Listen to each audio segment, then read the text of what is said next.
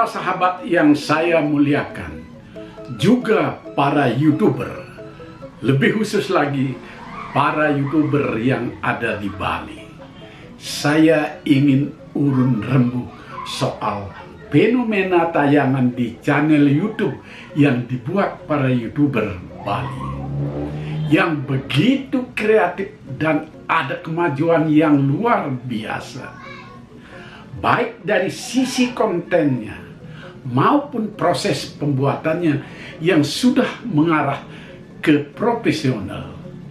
Tidak asal tayang begitu saja, tetapi melewati proses kreatif yang membanggakan. Yang menggelitik saya untuk menyoroti masalah ini adalah sebuah LSM yang melaporkan YouTuber karena kontennya dianggap tidak benar dan melecehkan agama dan budaya yang ada di Bali. Saya tidak ingin menyebut nama LSM itu, tapi domisilinya ada di Buleleng. Akun yang dilaporkannya ke Majelis Desa Adat juga di Buleleng. Dan juga laporan ini konon akan dilanjutkan ke Parisada Hindu Dharma Indonesia Kabupaten Buleleng. Akun yang dilaporkan itu bernama Jim Tato. Ini nama akun ini yang rupanya diambil dari nama grup bandnya. Maklum, Jim Tato ini adalah anak muda vokalis band itu.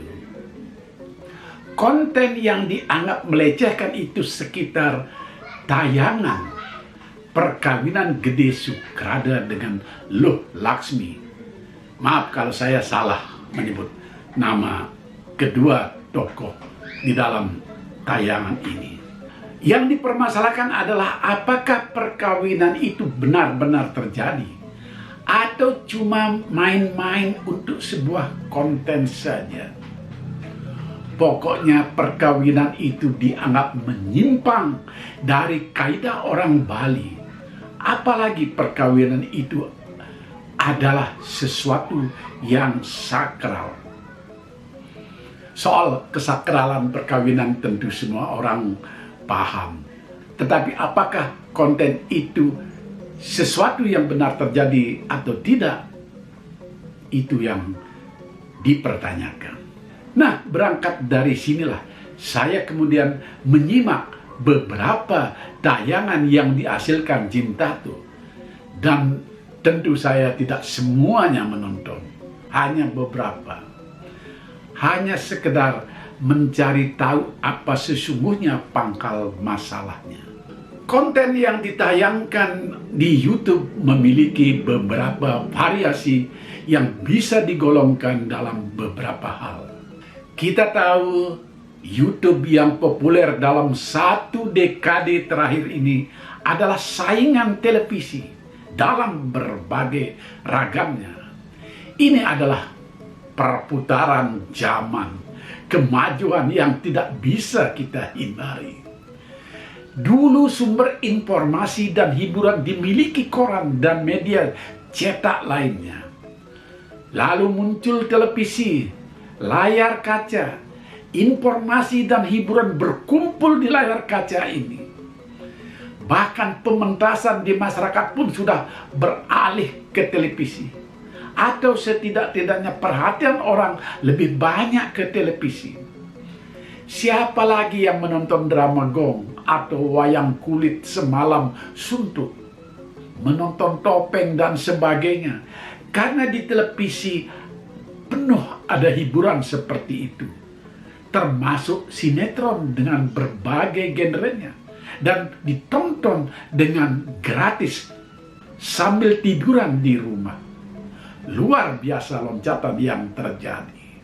Lalu ketika internet muncul dan menyajikan media sosial, media cetak dan televisi mulai ditinggalkan orang. Yang lebih parah, media cetak sudah benar-benar ditinggalkan karena informasi sudah bisa dibaca lewat HP. Di mana saja kita bisa membaca berita, membuka apa yang kita ingin tahu. Yang dibutuhkan hanya pulsa atau paket data. Tidak perlu membayar karcis kalau untuk menonton suatu tontonan. Singkat kata, YouTube menjadi TV yang baru. Dan uniknya, siapapun bisa membuat dan menayangkan video di YouTube. Semua orang bisa menjadi wartawan, meliput berita, dan membuat gambar lalu ditayangkan di YouTube. Siapapun bisa membuat film atau drama dan ditayangkan di YouTube setiap saat. Tidak perlu ada izin usaha dan seterusnya.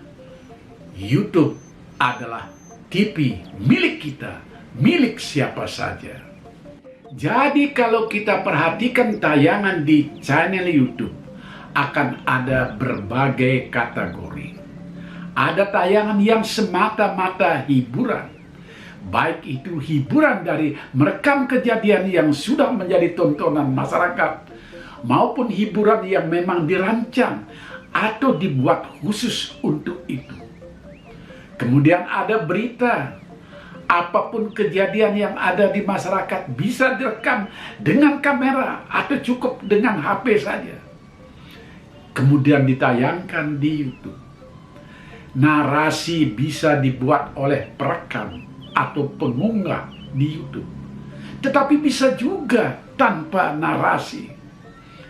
Rekaman berupa gambar hidup itu sudah cukup berbicara. Kemudian ada channel khusus wawancara, di mana tampil tokoh-tokoh yang memberikan pernyataan atau bahan-bahan untuk didiskusikan. Ini semacam talk show di televisi. Kemudian ada akun yang isinya ceramah-ceramah. Ini kalau di media cetak semacam kolom pendapat atau opini. Ceramah ini bisa berupa pencerahan masalah agama, masalah adat, budaya, sosial politik, olahraga, dan banyak lagi. Nah, kembali kepada akun Jim Tato yang dilaporkan oleh LSM itu. Di mana masalahnya? Akun Jim Tato tergolong hiburan semata-mata. Ini sepanjang yang saya lihat beberapa akunnya. Bukan akun berita, bukan ceramah. Dia membuat hiburan dengan gaya sandiwara atau film pendek. Kadang ada muatan iklannya. Dalam hal ini yang saya perhatikan kebanyakan kopi merek Kopi Wanen. Meskipun sering muncul iklan lain, itu sah-sah saja. Tidak ada larangan. Tokoh utama yang dijadikan pemain inti dalam akun ini sangat unik. Gede Sukrada yang punya kelebihan khusus sekaligus kekurangan khusus. Ini yang menarik karena figur utama ini punya kekhususan tertentu. Dan Jim Tato sangat piawai dalam merangkai cerita, memanfaatkan kelebihan dan kekurangan Gede Sukrada. Juga akun ini nampaknya punya kameramen yang cerdas dalam mengambil angle, dan yang utama punya tim editing dan mungkin juga perangkat yang canggih. Saya kurang tahu karena saya tidak berkenalan dengan orangnya dan tidak pernah ke studionya. Namun saya memastikan tim ini adalah para profesional di bidangnya. Tidak mudah membuat video hiburan seperti ini. Lalu kenapa konten hiburan seperti ini yang terbukti disukai masyarakat harus dilaporkan sebagai seolah-olah itu melecehkan? Ini kekeliruan cara pandang LSM itu. Akun ini akun hiburan, bukan akun berita yang harus terpaku pada fakta. Fiksi tidak bisa dilaporkan sebagai sebuah fakta. Sama seperti pemain drama gong misalnya. Kalau ada pemainnya yang kawin di atas panggung karena tuntutan cerita, apakah itu dianggap sesuatu yang benar? Buleleng memang gudangnya pembuat film pendek. Akun-akun sejenis Jim Tato ini ada banyak lagi. Misalnya akun Puja Astawa, juga dari Buleleng. Dia bisa merangkai cerita lucu dan segar disertai dengan pesan-pesan komersial. Apakah muatan pesan itu datang dari pebisnis di mana dia dibayar? Mungkin bayarannya mahal. Atau layanan masyarakat. Saya lihat instansi kepolisian banyak memanfaatkan pesan-pesan akun Puja Astawa ini. Semuanya dikemas dalam banyolan yang segar dan menghibur. Uniknya memakai logat Buleleng juga. Bahwa pemilik akun itu mendapat bayaran dari pemberi pesan, itu sudah pasti. Dan itu memang pekerjaan yang sah saja. Ada berbagai jenis akun selain semata-mata hiburan di YouTube. Artinya, selain menghibur, juga memberi informasi yang bermanfaat. Akun Bondres STI Bali, misalnya, dengan pembawa acara Kucita Dewi, berpasangan dengan suaminya yang memakai nama akun Gus Menir. Ciri khas akun ini adalah mewawancarai para seniman, baik yang sudah lanjut usia yang kini tidak bisa berpentas karena usia, maupun seniman yang masih aktif. Akun ini memberi informasi yang sangat bagus, sekaligus dokumentasi untuk para seniman. Selain memang pemiliknya adalah seniman penari dan penyanyi, maklumlah, akun ini punya grup bebondresan. Nah, akun seperti ini bukanlah akun fiksi, tetapi tergolong akun fakta. Dalam dunia jurnalistik, ini adalah akun berita yang menghibur. Karena dunia jurnalistik isinya tidak hanya berita-berita keras, berita-berita soal politik, tapi banyak juga berita-berita menyangkut kesenian, kebudayaan, dan membicarakan para artis. Bondres STI ini mirip seperti apa yang saya katakan. Yang jelas bukan akun hayalan atau reka-rekaan. Kalau seniman yang diwawancarai oleh Kucita Dewi bilang punya 2 anak, ya betul-betul anaknya 2. Yang diwawancarai tidak bisa menipu. Kalau tokoh yang diwawancara itu menipu dan mengatakan sesuatu yang tidak benar, nah itu akan menjadi persoalan. Bisa-bisa dia tidak dipercaya atau bahkan bisa dituntut. Begitu pula akun yang ciri khasnya berita seperti akun yang banyak berisi ceramah-ceramah, ulasan berita, atau akun pribadi yang berisi pendapat dan sejenisnya. Apa yang dikatakannya haruslah berdasarkan fakta. Kalau ada yang salah ucap, bisa menimbulkan permasalahan. Kalau kesalahan itu fatal, seperti menyinggung orang lain, bisa dilaporkan ke polisi. Jadi ada pertanggungjawabannya. Tidak begitu saja menyebarkan fitnah lewat media sosial. Sudah berapa banyak ada laporan ke polisi karena tayangan lewat akun yang memfitnah dan memberitakan sesuatu yang tidak benar. Jadi tetap ada kode etik dalam bermedia sosial, termasuk menayangkan siaran langsung atau rekaman peristiwa yang sifatnya pribadi atau privat, bukan milik umum. Hati-hati. Kalau ada pementasan yang sifatnya umum, di alun-alun terbuka misalnya, boleh saja kita merekamnya dan disiarkan. Tapi kalau sifatnya khusus harus ada izin ke panitia. Siapa tahu tidak boleh disiarkan. Atau ada akun yang sudah membooking acara itu untuk ditayangkan. Jadi ada hak ciptanya. Sekarang ini sudah mulai ada peringatan. Jika memasuki acara ritual yang sifatnya pribadi, dilarang merekam dan mengupload untuk media sosial. Tidak cuma diupload di YouTube, juga di FB, Instagram, dan lainnya. Itu mulai dilakukan panitia atau pengempon pura jika ada ritual, agar tidak sembarangan orang merekam acara. Misalnya, ada orang kesurupan di pura, teriak-teriak, sebagaimana tradisi di sebuah desa yang memang masih ada kesurupan seperti itu.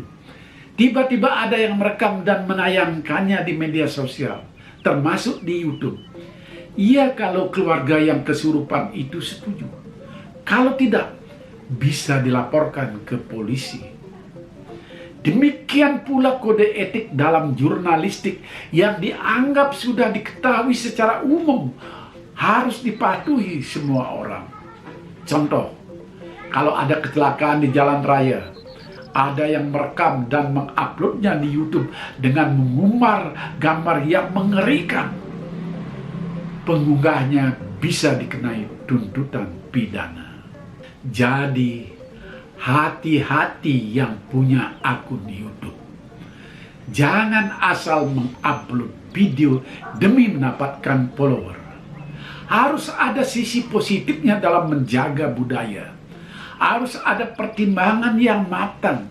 Apa sesuatu itu boleh diunggah atau tidak, etis atau tidak.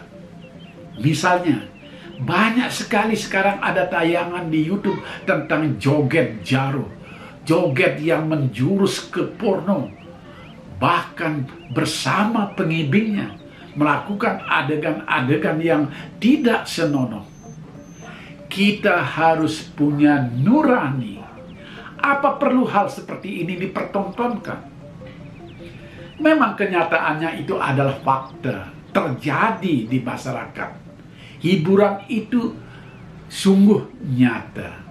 Tapi apakah itu tidak mencemarkan budaya Bali kalau kita upload dan ditonton oleh umat seluruh dunia? Itu contoh bagaimana YouTuber yang baik mempertimbangkan konten yang akan diunggah. Kalaupun terpaksa itu diunggah agar mendapatkan perhatian dari pemerintah atau pemangku kebudayaan, berilah narasi bahwa hal itu seharusnya tidak terjadi. Jika perlu, di-blur beberapa adegan-adegan yang porno. Karena orang menonton YouTube tidak dibatasi kapan waktunya. Jadi ada unsur edukasinya, meskipun tidak perlu unggahan itu berpanjang-panjang. Dengan demikian, kategori jenis tayangan ini memang ada akun yang memilih mengupload apa saja, mengupload serba-serbi, kadang mengupload dan membuat hiburan, kadang ada pesanan iklan, kadang bikin drama pendek yang cuma untuk menghibur.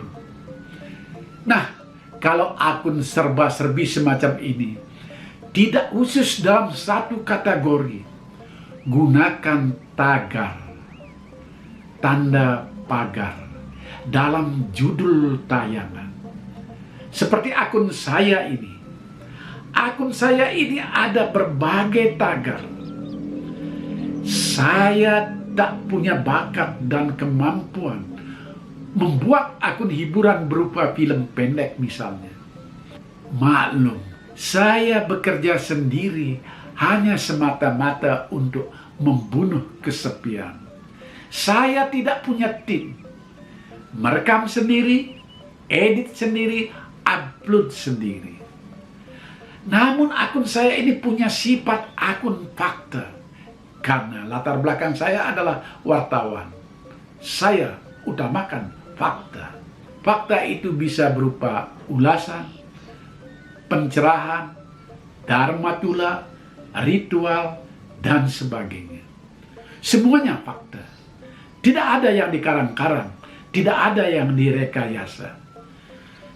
Juga ada yang sifatnya dokumentasi tulisan, seperti Cari Angin, rubrik khas yang diterbitkan oleh koran Tempo setiap hari Sabtu. Itu saya baca dan saya tayangkan di upload untuk dokumentasi. Tentu tidak semuanya, karena hal-hal yang sensitif tidak saya bacakan. Untuk tayangan seperti inilah pemasangan tanda tagar sangat penting. Sehingga yang menonton tahu, oh ini urun rembuk toh. Oh, ini ceramah pencerahan soal agama. Oh, ini dokumentasi Dharma Tula. Oh, ini ritual yang sesungguhnya sudah terjadi. Oh, ini tulisan Cari Angin yang dibacakan, dan seterusnya. Demikian urun rembuk saya kali ini. Mari kita memiliki niat baik dalam bermedia sosial, supaya ada nilai positifnya, nilai pembelajarannya, memberikan edukasi. Jangan cuma mengejar follower saja. Setiap orang bebas punya akun. Hampir semua tokoh memiliki akun di YouTube. Bukan dengan motif mendapatkan keuntungan, dengan mencari follower, tetapi semata-mata memberi sumbangan untuk bangsa ini. Bahwa ada pemilik akun yang memang mencari nafkah lewat tayangan YouTube, itu pun sah-sah saja, karena mereka bekerja secara profesional dan mereka bermodal untuk itu. Akun-akun seperti punya saya hanyalah pekerjaan selingan di kala hujan sebagai orang pensiunan. Bukan diniatkan untuk mendapatkan nafkah. Justru saya keluar biaya untuk beli pulsa atau beli paket data di saat upload. Karena tujuannya adalah membagi ilmu. Semoga bermanfaat untuk orang lain. Karena itu follower saya tentu sulit banyak. Siapa yang suka diceramahi masalah agama? Siapa yang suka membaca kitab Sara Samuscaya atau kitab Bhagavad Gita yang menjadi konten akun saya? Apalagi di masa pandemi ini. Orang sudah penat, sulit untuk bekerja, berbagai kegiatan dibatasi, maka hiburan itu menjadi penting. Mungkin ceramah-ceramah agama dilupakan sementara, tapi saya harus tetap mengisinya karena itu swadharma yang saya lakukan saat ini. Akhir kata, saya salut buat Jim Tato, Puja Astawa, Kucita Dewi, dan banyak lagi yang sudah bekerja secara profesional. Tetaplah kalian berkarya. Dan untuk para YouTuber yang lain, mari kita unggah sesuatu yang tidak mencemarkan budaya Bali dengan muatan-muatan yang cabul. Mari kita jaga Bali. Kalau kita tidak bisa melestarikan, kita cukup untuk memeliharanya. Rahayu.